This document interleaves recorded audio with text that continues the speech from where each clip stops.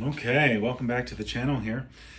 Taking a moment to provide some demonstrations, and please follow along on how to improve the sensation, the feeling, the movement quality. And if you're struggling with carpal tunnel symptoms as well, this will help with that within the wrist and the hand and the forearm. Little brief tour here. Most of the power in the forearm and hand happens here. These are called extrinsic muscles, and then they become tendinous when we come through here. And so brief anatomy, and then we'll get to the demo, is a lot of us have heard carpal tunnel. And if you saw my TMJD video as well, I spoke to this because this is a similar phenomenon. TMJD, everyone has them. It's just the name of a joint. We all have two. Same with carpal tunnel. Carpal tunnel is literally the name of a passage through the tunnel of carpal bones. So if you can see here, this is showing the forearm and hand. And then you can see a little closer, these are called the carpal bones. This cluster of bones in the hand or the palm that we often think of. They move every time we open and close our hand. It's amazing.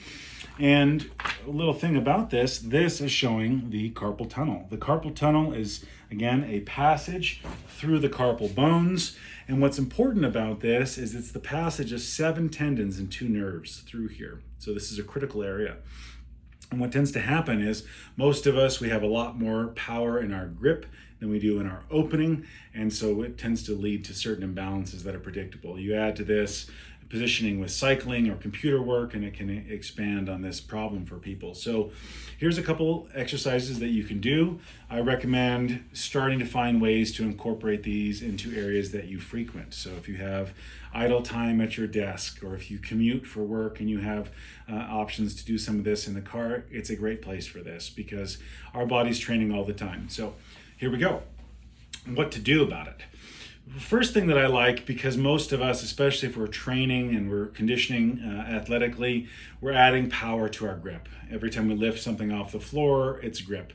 And so one way to start working with this, you can start, I usually recommend if you have a hair tie, if you have a extra rubber band from some produce that you recently purchased at your house, you can start with these.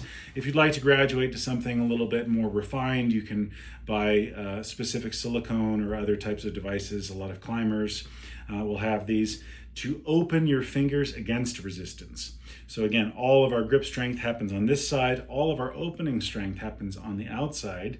And so starting to give a little bit of load to the opening. I was introduced to this when I was an active rock climber, and this seems benign, but it made a significant difference for me. It starts to put a little load to the back of the forearm here into the extensor compartment, which starts to balance the load coming through the carpal tunnel and the wrist. So again, a little resistance on the outside, and if it feels too difficult, if you're starting at these outer digits here or these outer knuckles, you can start a little bit closer to the hand itself, and that'll make that resistance a little bit lighter. So that's exercise number 1, providing some resistance on the outside of your fingers, opening against some resistance. This is a wonderful way to start helping improve how your hand and wrist feel. The second thing to stay on top of this is starting to open the wrist and the fingers even more than we normally do. A lot of us have limited range in our hand and fingers because we seldom open them all the way. I've seen climbers, I've seen cyclists, I've seen people that ride moto, people that do a lot of grip strength or paddling sports, tennis sports, where sometimes this is their limit.